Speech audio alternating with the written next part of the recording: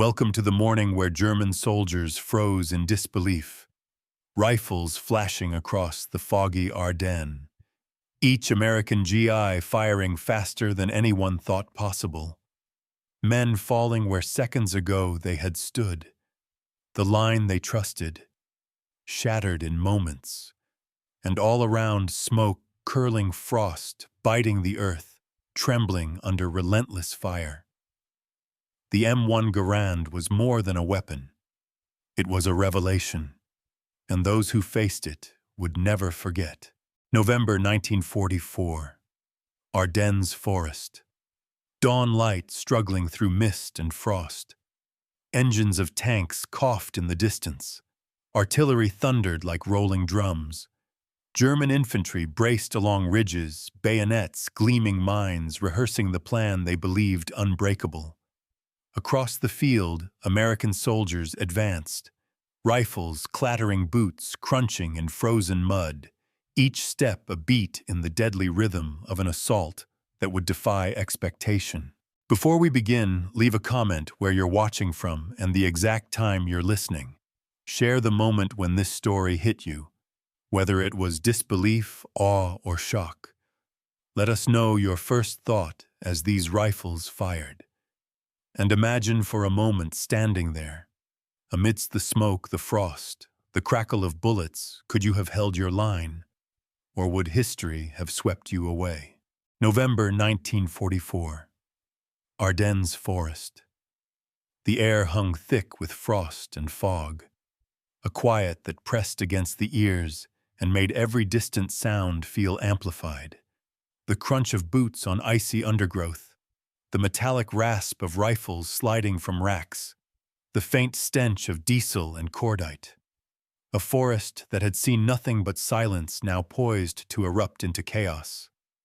German soldiers lined the ridges, their blue-gray coats blending with the morning mist, eyes scanning for movement, each breath visible in the cold, each heartbeat a metronome of anticipation. They had studied maps, memorized coordinates, drilled maneuvers. They believed themselves masters of this ground. Yet the forest seemed alive with anticipation, as if it knew the shock to come. Across narrow paths and frozen clearings, American units advanced, platoons moving in careful, measured steps. M1 Garands cradled bayonets fixed, each GI aware of the treacherous terrain.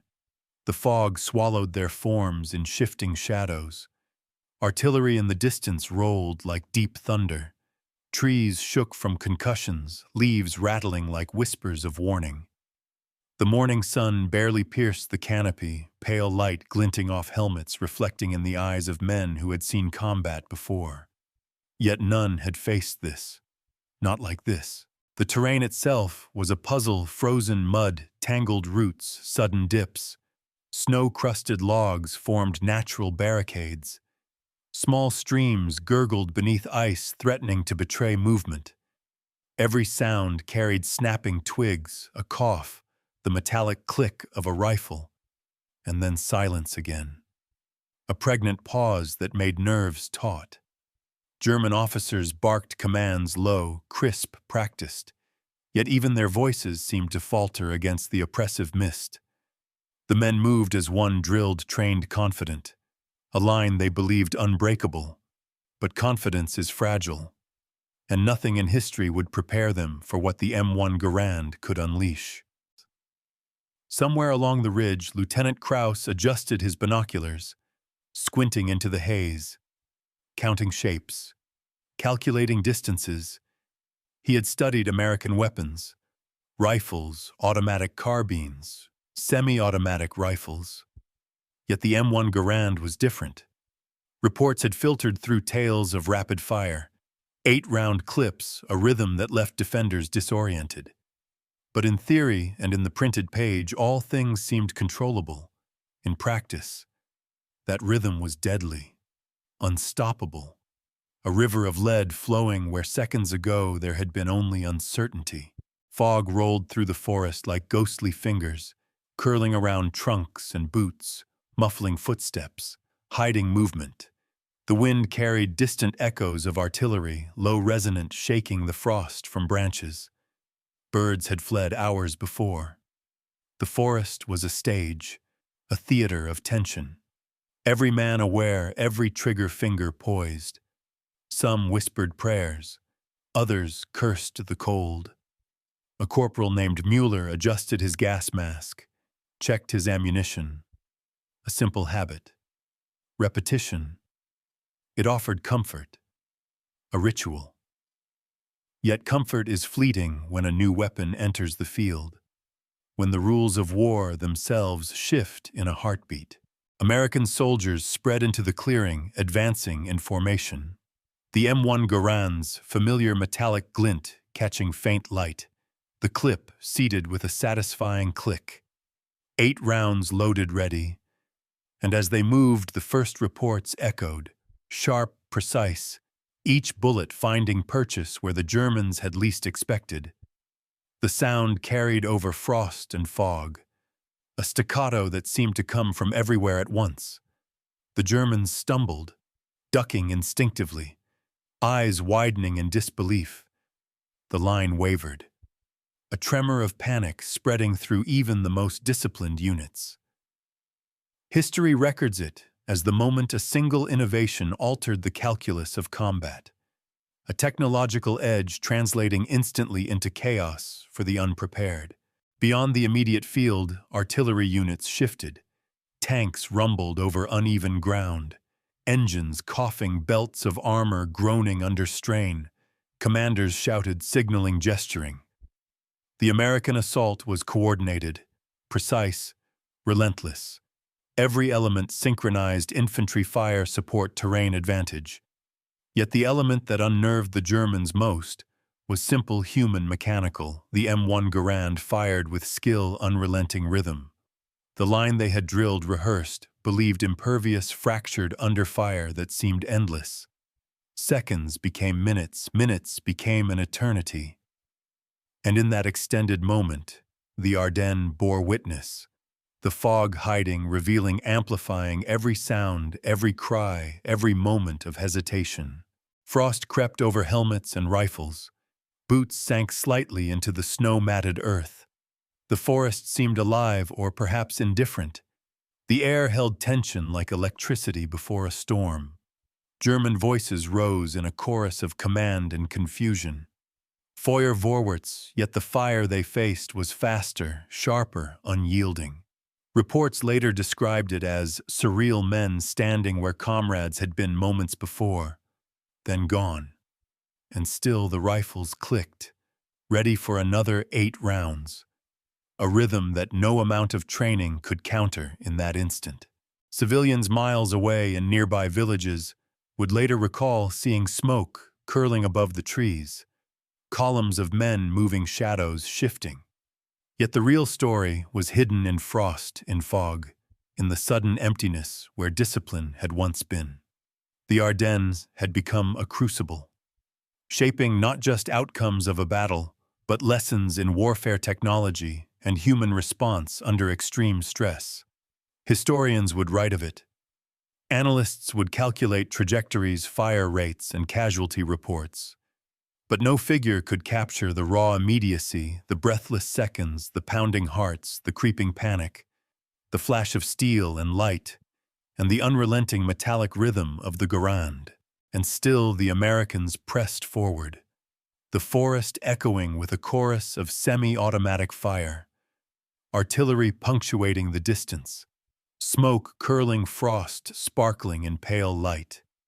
Every step forward met with resistance, yet the rhythm of their weapons dictated the tempo. The Germans adapted, tried to regroup, to fire back. But hesitation is a seed of defeat. And the forest, cold and indifferent, watched as human calculation collided with technological advantage, as training met innovation, as lives, courage, fear, and machinery intertwined. A tableau that would be studied, recounted, dramatized, yet experienced fully by few. This was the Ardennes in November 1944. a place where fog and frost, sound and silence, bravery and panic, technology and human will all collided, and where the first note of that M1 Garand rhythm, fast, mechanical, inevitable, struck terror and awe in equal measure. The line believed unbreakable, rehearsed, disciplined, undone. A reminder that sometimes war is less about numbers or terrain, and more about the fleeting advantage of innovation, and the human heart trying to keep pace. The M1 Garand, a semi-automatic rifle issued to the American infantry, 8 rounds per clip, each soldier capable of firing up to 40 or 50 aimed shots per minute. An extraordinary increase compared to the bolt-action rifles the Germans expected. The Mauser 98, reliable, precise, respected, yet far slower in rate of fire. Reports from training manuals, Ordnance Department evaluations, and after-action notes confirm it. The Garand allowed sustained suppression, enabling units to advance under fire that would have stopped previous assaults. In practical terms, one platoon of Americans armed with M1s could lay down fire equivalent to 2 platoons of German riflemen with bolt-action Mausers. The math alone created a psychological advantage, a rhythm the defenders could not match. In field trials conducted by the U.S. War Department, soldiers averaged 25 aimed shots per minute with a bolt-action rifle. M1 Garand users consistently achieved 45 to 50 rounds per minute. Reloading with a new clip took less than 3 seconds under stress. The rifle weighed just over 9 pounds, loaded light enough to maintain mobility, heavy enough to absorb recoil, and allow rapid successive shots. Optics and sights were calibrated for ranges up to 500 meters. Official reports emphasized reliability in harsh conditions, mud, frost, rain factors that would often degrade other small arms. Engineering notes from Springfield Armory highlight that the gas-operated mechanism reduced the need for manual cycling, eliminating the pause inherent in bolt-action rifles. The ping of the empty clip ejection became a signature sound in combat, one that signaled both efficiency and deadly rhythm. Manuals recorded that a well-trained GI could maintain a continuous rate of fire while advancing, providing covering fire for squads moving through open terrain or forested ridges. These weren't just numbers on paper. After-action reports from the Ardennes explicitly referenced the confusion caused when German infantry faced an American line that seemed to fire without end. German intelligence had anticipated some semi-automatic rifles in use, but estimates were low. Reconnaissance reports predicted slower rates of fire. Field officers noted post-engagement that the American weapons fired with a cadence that exceeded expectations. Impossible to sustain with normal discipline. Men could not keep pace with it. The line wavered where seconds before it had held firm. A factual statement from captured documents. The psychological impact of sustained semi-automatic fire was as real as the physical danger. Panic, hesitation, and misjudgment multiplied casualties, and in war perception can be as lethal as the bullets themselves. The first week of the Ardennes offensive recorded over 200 German casualties in the sectors engaged with M1-equipped units. American losses were comparatively low, attributed directly to superior firepower and maneuvering under cover. Unit diaries maintained by company clerks describe men firing, reloading, firing again, the Garand, allowing them to maintain contact without pause. Officers emphasized that the rifle enabled suppressive fire during advances that would otherwise have been impossible. Even artillery coordination relied on the M1's ability to hold enemy heads down while supporting weapons were emplaced. Logistics played a key role. Each GI carried approximately 90 rounds in standard belts and clips. Supply chains maintained a continuous flow to frontline positions. The Office of Naval Intelligence noted that sustained engagements were possible without pause for ammunition under well-managed supply. Contrasts with German supply lines stretched thin in the Ardennes meant that German units often paused to conserve ammunition, reload, or reposition. The disparity in firepower and continuous engagement became a decisive factor. Beyond the numbers, there are anecdotal entries. Feldwebel reports describe moments when entire German squads froze in disbelief. Machine guns trained but unable to respond effectively because the American riflemen moved with fluidity. A corporal's diary mentions the sound of 8 rounds, then the ping, and still another 8, relentless, terrifying. Impossible to return fire with confidence. These are first-hand accounts confirming that the M1 was not just a rifle, it was a disruptor of expectations. And in the human mind, disruption can be as lethal as the weapon itself. Technically, the M1 Garand had a muzzle velocity of 800 feet per second, firing the 30-06 Springfield cartridge. Effective range for aimed fire 500 meters with suppressive capability extending further. Recoil management allowed semi-automatic fire without loss of accuracy. Studies later by military historians show that the combination of rate of fire reliability and ease of use made the rifle a force multiplier. In combat, this meant one squad could achieve what previously required multiple squads with older rifles. The tactical implications were profound. Americans could engage, advance, and maintain suppression continuously. Germans reliant on older training and bolt action found their doctrines challenged in real time. Official reports from the 1st Infantry Division highlight that semi-automatic fire altered the tempo of battle. Positions assumed secure were suddenly untenable. Officers recorded that suppression combined with maneuver forced enemy units into retreat or disarray. The M1 did not act alone. It amplified the effects of coordinated infantry movement, artillery support, and terrain advantage. Yet its mechanical superiority was undeniable. For soldiers on the ground, it was the sound, the rhythm, the relentless stream of fire that defined the encounter. Even folklore emerged around the weapon, whispered among German troops in later accounts. The clattering American gun that never tires became a motif, a semi-mythical symbol of an unstoppable rhythm. In letters, diaries, and post-war memoirs, veterans described the disorientation it caused. Moments frozen in time, men counting seconds between volleys, only to find their expectations shattered. The Garand's presence transformed ordinary terrain into a crucible of fear and awe, where discipline alone could not compensate for sudden, sustained firepower. Engineers' notes, ordnance manuals, and after-action reports converge on one point. The M1 Garand was reliable, semi-automatic, fast, and psychologically overwhelming. It reshaped infantry tactics, redefined expectations, and in Ardennes, November 1944, it rewrote the script of engagement. The Germans had prepared for coordinated assault for trained infantry. They had not prepared for a weapon that could deliver precision rhythm and suppression in continuous succession. And in the moments that followed, theory collided with brutal reality. A line held for decades of training collapsed in seconds. The battlefield became a living record of these facts, frost-covered ground, pockmarked with impacts. The echo of 8-round volleys followed by the ping of ejected clips. Men advancing under fire with a cadence that machines and minds struggled to match. Officers recording movements, casualties, and rates of fire, each log a testament to the transformative effect of this semi-automatic rifle.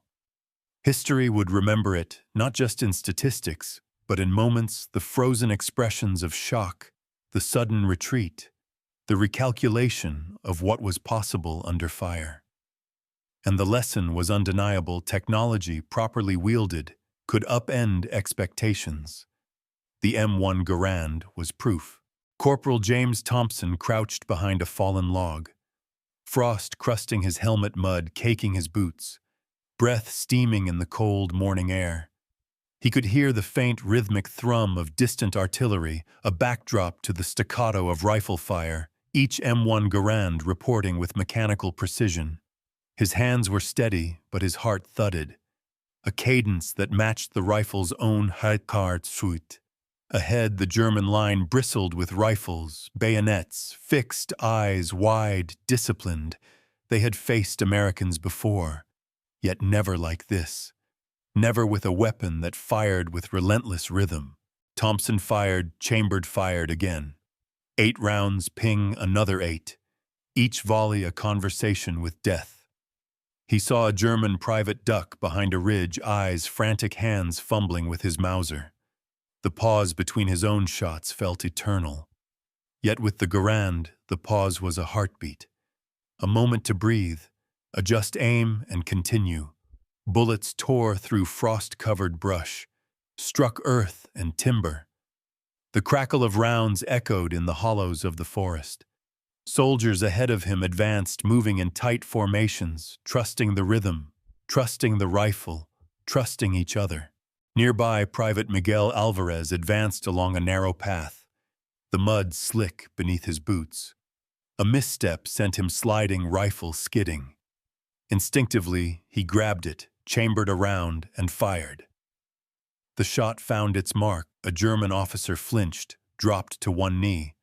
Alvarez exhaled sharply. Frost stung his lips, adrenaline burned in his arms. The forest seemed to swell with the collective pulse of advancing American soldiers. Each rifle report a drumbeat, each footfall a step toward breaking the line. The fog carried sound strangely muffled, then clear, then muffled again, creating illusions of movement, multiplying the sense of overwhelming numbers. Across the ridge, Feldwebel Kraus tried to rally his men, shouting orders over the din, low, crisp, deliberate, yet his voice faltered. Soldiers ducked, instinctively ducked again, trying to track the source of fire. Each M1 volley disrupted coordination. Some German riflemen tried to return fire, yet the pace was impossible. They had drilled against bolt-action rifles. They had practiced timing control cadence, and now the rhythm they knew was irrelevant. The Americans advanced, firing, reloading, moving as if one entity, one unstoppable wave. The Garand had become the extension of their will. Corporal Thompson saw movement to his left. Private Samuel Green crawling through underbrush, firing from prone, each round calculated. A German squad tried to flank them. Green's shot rang out 1, 2, 3, precision under pressure. The squad wavered, confused, ducking, scrambling. Thompson exhaled a short pause, then resumed. 8 rounds, ping, another 8. His muscles remembered repetition from training, yet every shot carried urgency, fear, resolve. Around him, the forest echoed with human drama, courage and terror intertwined, lives balanced on the edge of a trigger pull. Elsewhere, Sergeant Robert Larkin coordinated fire from a low ridge, signaling squads to advance, to suppress, to maintain rhythm.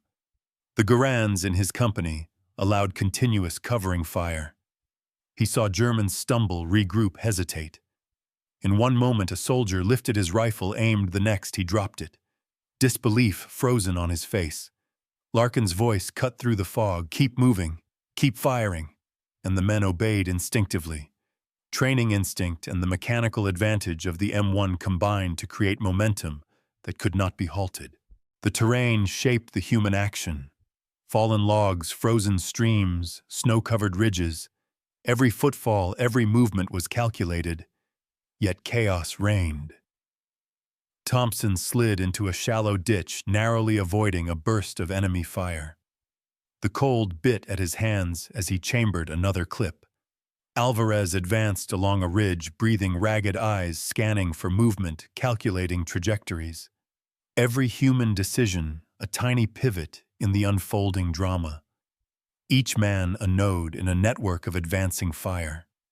The forest itself seemed to pulse with the rhythm of their weapons, echoing their breaths, their shouts, their footsteps.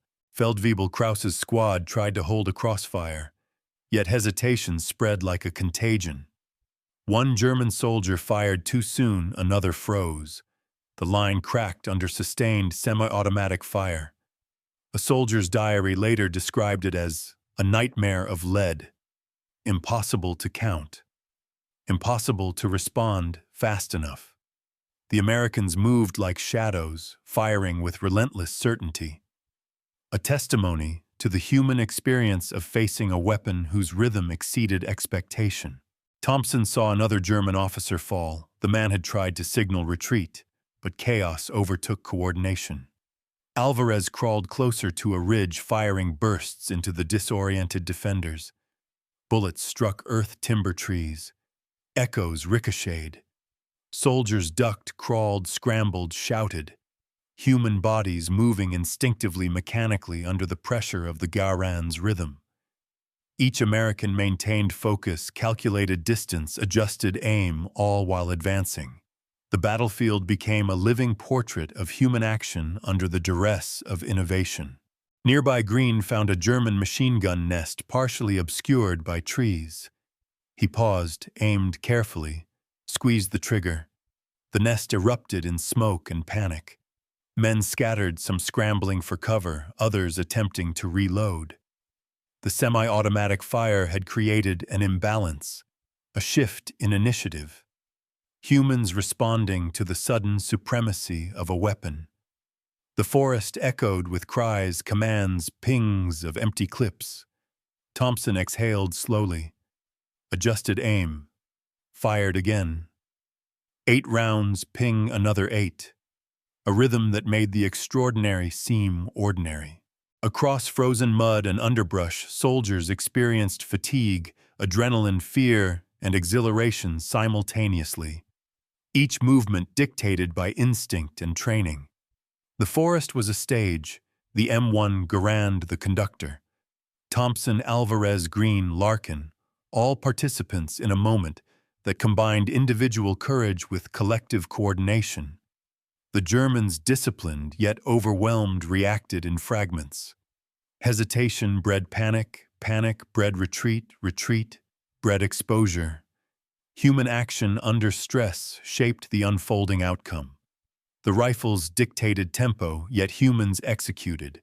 Each pull of the trigger a blend of muscle memory, calculation, fear, and resolve. By midday, the line that had seemed so solid was broken. German squads scattered, some retreating, some pinned. American soldiers advanced, firing, reloading, moving a dance of human will amplified by mechanical rhythm. The forest bore witness, echoes of shouts, reports, and commands filling the cold air. Thompson paused briefly, surveying the field. Saw comrades fallen, others moving forward. The human cost tangible, immediate. Yet the rhythm continued, inexorable, unstoppable. Each soldier a node in a network of action, each rifle a heartbeat, dictating tempo, each step forward, a microcosm of courage, fear, and decision. And as the day wore on, diaries after action reports and oral histories would converge on one truth. The M1 Garand was more than a rifle. It shaped human behavior, altered decisions, dictated tempo, and transformed ordinary soldiers into a coordinated, relentless force. The human scene in Ardennes that morning was a choreography of survival, courage, fear, and calculation, all moving to the cadence of a weapon that rewrote expectations. The line believed unbreakable had fallen, and human action in combination with innovation had made history. The Germans had 450 Panzer IV tanks deployed in the Ardennes sector. The Americans countered with over 3,600 Shermans and 1,200 half-tracks. At first glance, the numbers seemed staggering, overwhelming, impossible. Yet raw count was only one piece of the equation.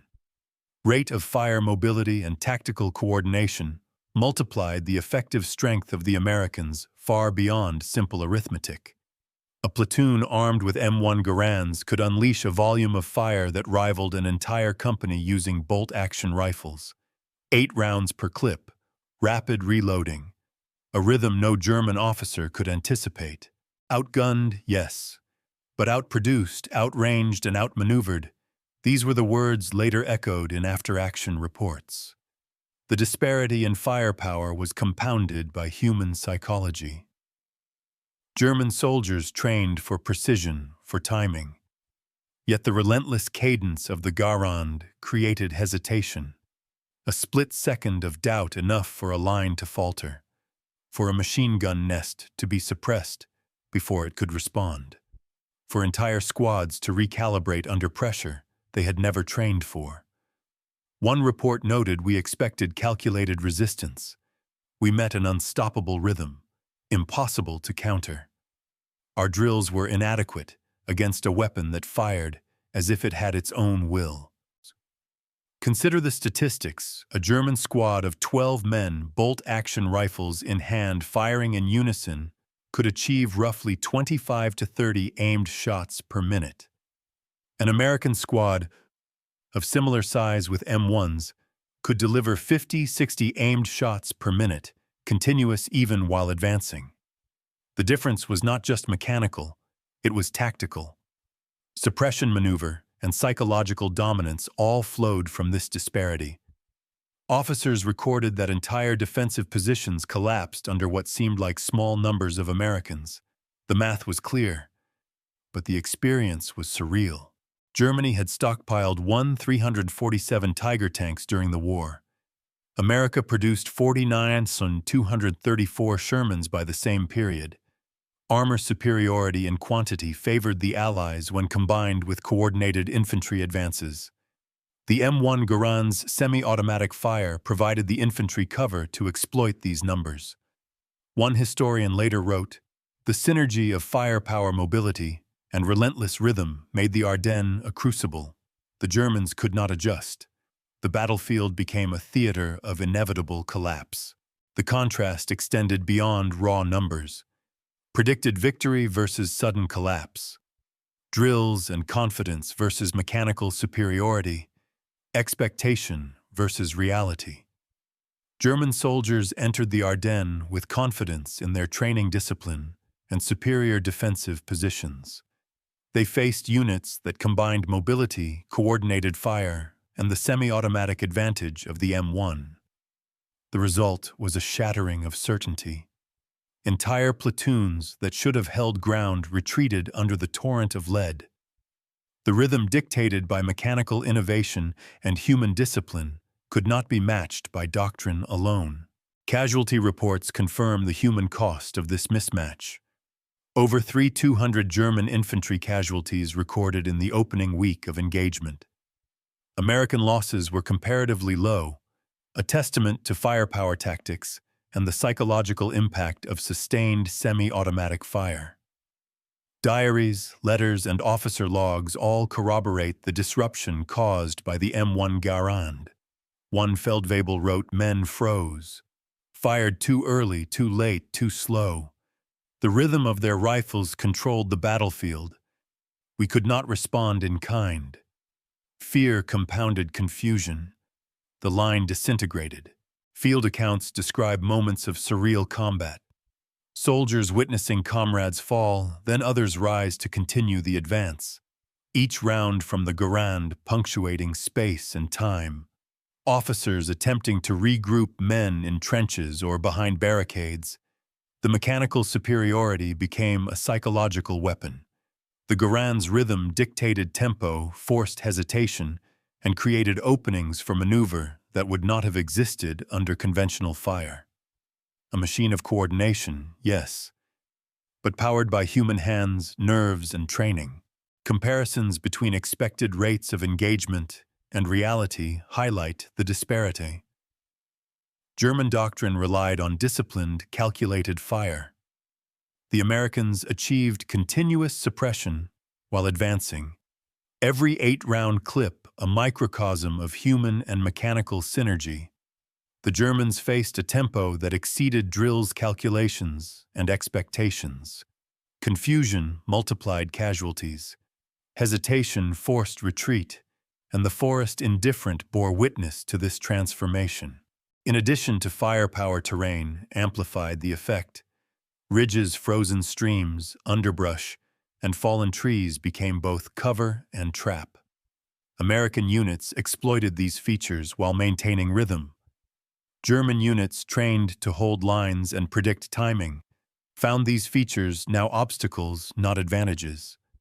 Each pause to find cover, each hesitation to fire, each miscalculation multiplied the effect of the Garand's rapid rhythm. A small platoon could dominate ground that should have required twice their numbers. Reports from the 1st Infantry Division emphasize the integration of semi-automatic fire with maneuver and artillery support. American riflemen suppressed enemy positions while machine guns, mortars, and artillery pieces engaged in coordinated strikes.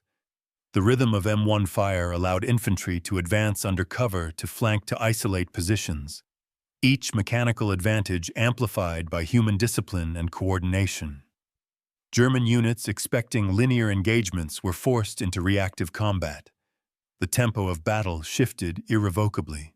Even folklore and later accounts underscore the disparity. German veterans recounted the gun that never seemed to stop.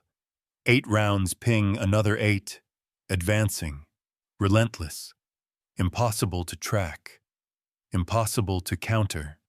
A combination of technical fact and human perception. The semi-automatic rate of fire became a legend in its own right, shaping memory diaries and post-war narratives. Soldiers internalized the rhythm as an omnipresent force dictating the outcome before physical confrontation concluded. Casualties, movement, and reports illustrate the convergence of fact and perception. Numbers, rhythm, coordination, terrain, and human response all intersected to create the outcome. German expectations shattered, American advantage maximized. The battlefield itself became a record, impressions, etched into frost-mud, timber, and memory. Historians later synthesized these accounts into lessons on technology, tactics, and psychology. Yet for those who stood there, the experience was immediate, visceral, and inescapable. The M1 Garand had not just fired bullets, it had dictated human behavior. It had shaped decisions, influenced morale, and ultimately controlled the tempo of combat. By the close of the first day's engagement, German lines had fractured. Retreats were ordered, entire positions abandoned.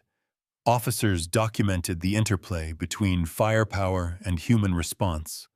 The tempo set by M1 Garands dictated the pace, forced decisions, and rendered previously held doctrines insufficient. The Americans had achieved more than a tactical victory. They had demonstrated that innovation, rhythm, and coordinated human action could decisively overcome entrenched expectations. And in that realization, the Ardennes bore witness to the transformative power of a single weapon wielded by disciplined, resolute hands. By mid-morning, the ridge that German officers had counted on to hold the line lay fractured. Silence punctuated by sporadic gunfire, the rhythm of the M1 Garand relentless and unforgiving. German units retreated in disarray, some attempting to regroup behind fallen trees, others disappearing into the fog. The cadence of semi-automatic fire dictated every movement, every decision, every pause.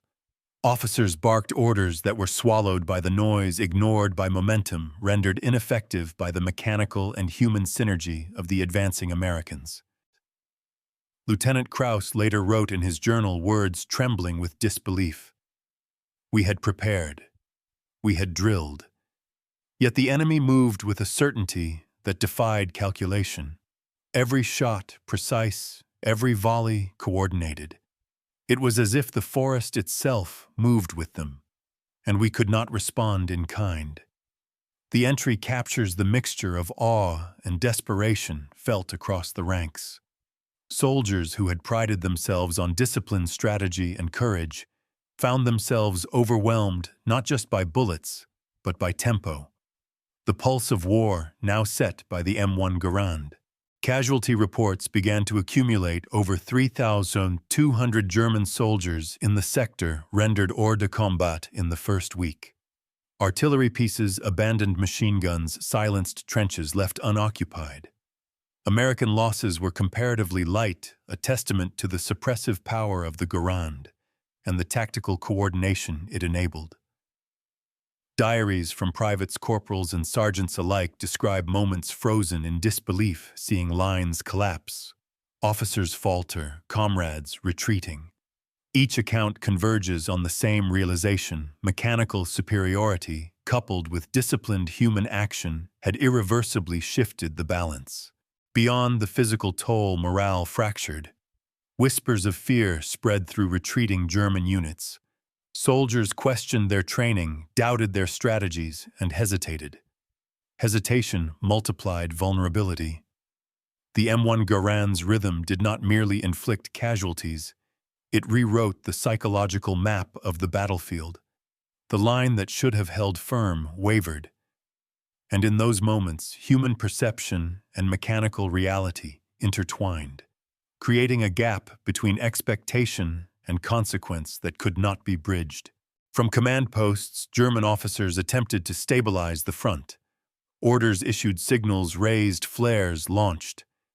Yet the tempo of American fire left them perpetually a step behind. They reacted, recalculated, and reacted again. Each action consumed by the relentless rhythm. Officers realized too late that traditional strategies, entrenched, rehearsed, confident, were insufficient against a weapon that allowed its users to dictate engagement on their own terms. One after-action report noted, "We realized we were no longer masters of the battlefield. The forest had become theirs, their rifles an extension of their will."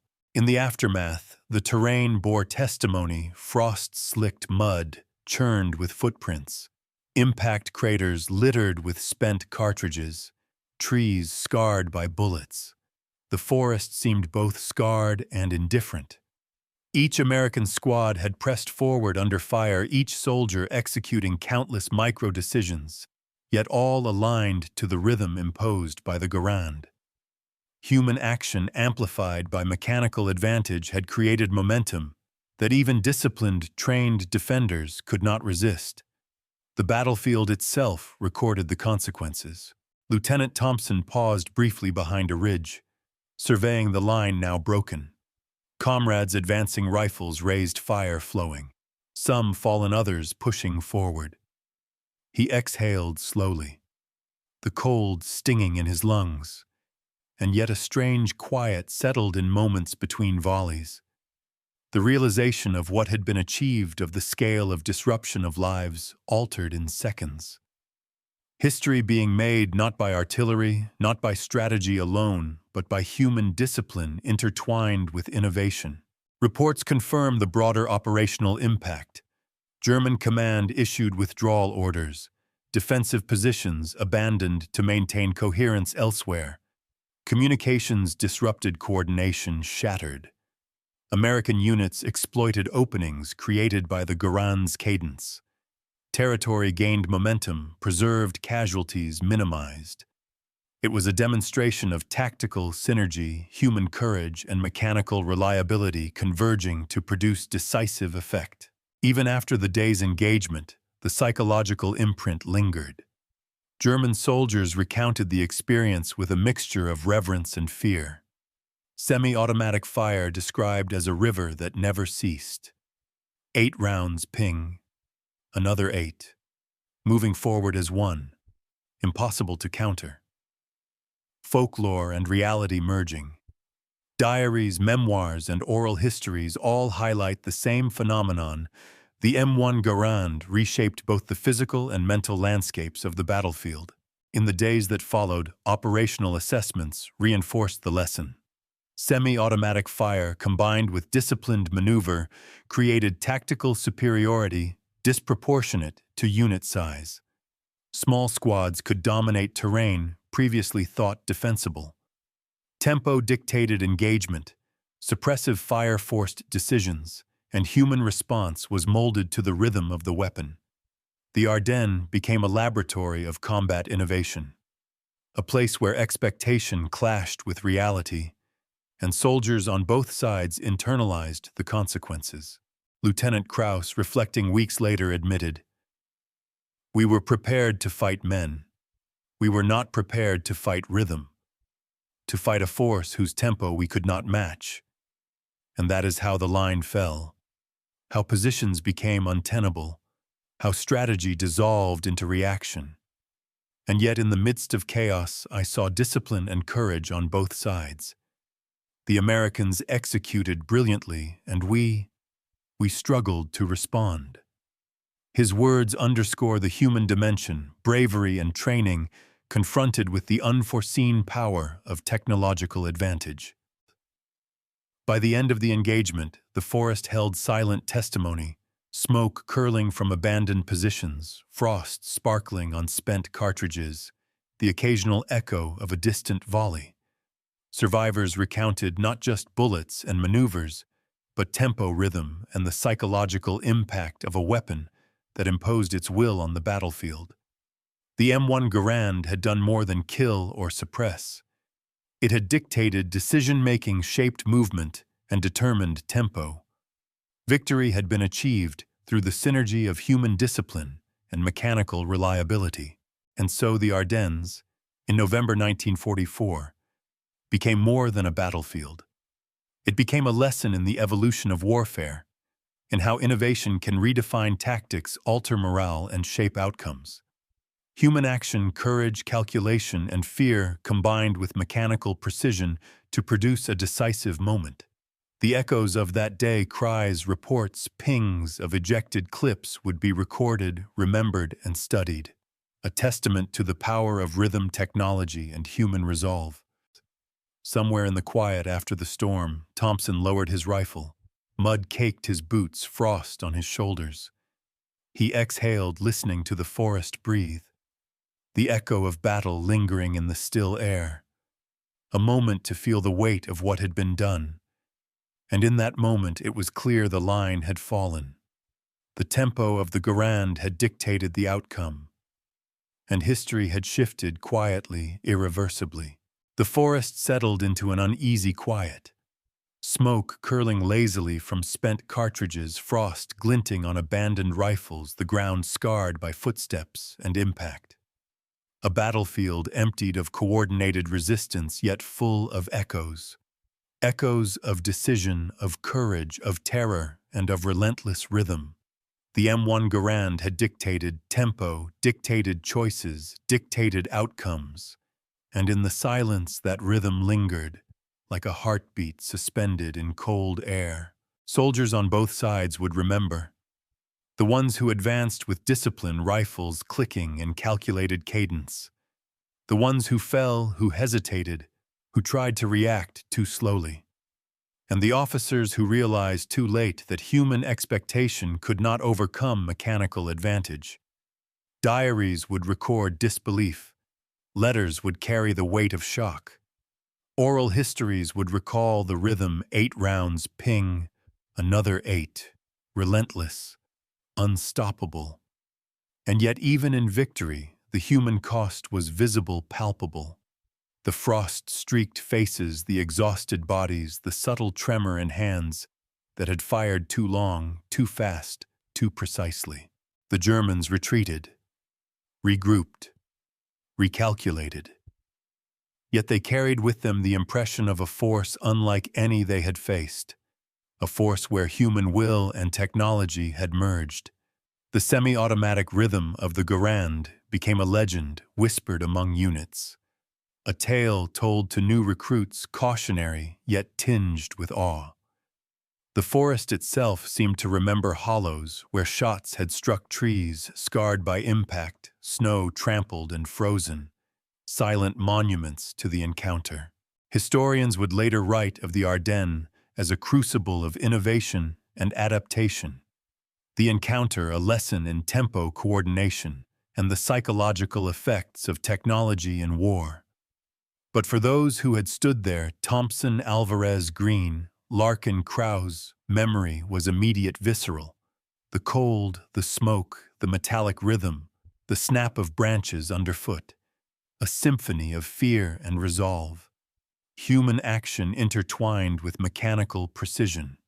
The M1 had not only fired bullets, it had orchestrated motion, dictated timing, and shaped outcomes. Some moments resisted analysis. Moments where perception collided with reality. Where a soldier froze for a heartbeat, then moved, then fired again. Where an officer calculated odds, then abandoned them. where discipline failed not through cowardice but through the inexorable rhythm of the enemy's fire. The battlefield recorded these moments in bodies in frost, in mud, in smoke, ephemeral yet indelible. And yet the story did not end with retreat. Positions abandoned would be reclaimed, battles repeated, lessons internalized, technology and human adaptation moving forward together. The M1 Garand had proven its worth in the Ardennes, but it also foreshadowed a new era of warfare, one where tempo, rhythm, and integration of human and mechanical would dominate strategy. The echoes of that rhythm would reverberate through future campaigns, shaping doctrine, tactics, and the imagination of soldiers and commanders alike. Some lessons were written in smoke and steel, others in silence, in the pause between volleys, in the breath caught behind a fallen log, in the heartbeat of a soldier waiting to fire again. And while historians can quantify numbers, distances, rates of fire, they cannot fully capture the human perception, the awe, the fear, the calculation, the instinct. Each moment a microcosm of life and death, human and machine intertwined. The forest exhaled slowly, wind stirring the frost, rustling through branches, the echoes fading yet present. Thompson lowered his rifle. Alvarez exhaled through numb lips. Green leaned against a tree, sensing the weight of accomplishment and loss. Larkin surveyed the ridge, knowing that the battlefield had taught a lesson, and that the lesson would extend beyond November 1944. It would travel with every soldier who had fired, who had witnessed, who had survived. A rhythm etched into memory. And so the Ardennes became both stage and teacher, a place where innovation met human courage, where lines fell not solely by number or strategy, but by tempo, where mechanical rhythm shaped human action and decision. And yet questions lingered in the smoke. What if the Germans had understood the Garand's cadence sooner? What if anticipation had matched innovation? Could the line have held? Or was the collapse inevitable once human perception encountered relentless rhythm? Some lessons were written in smoke and steel, others in silence, and the forest remembered both. The next story begins where the last echo faded, where technology, courage, and human action would collide again. The rhythm continues unseen, unheard, yet shaping every engagement that follows. Each battlefield a silent testament, each soldier a participant in the ongoing dialogue between human will and innovation. And as the frost sparkled in the morning light, the echoes of November 1944 lingered, a reminder that every action, every decision, every heartbeat under fire is part of a greater rhythm. The M1 Garand had imposed its will, yet the humans who wielded it, disciplined, trained, courageous, had turned a tool into an extension of their own resolve. And in that synthesis, history had been written, not just in numbers, not just in terrain gained or lost, but in rhythm, in tempo, in human perception and memory.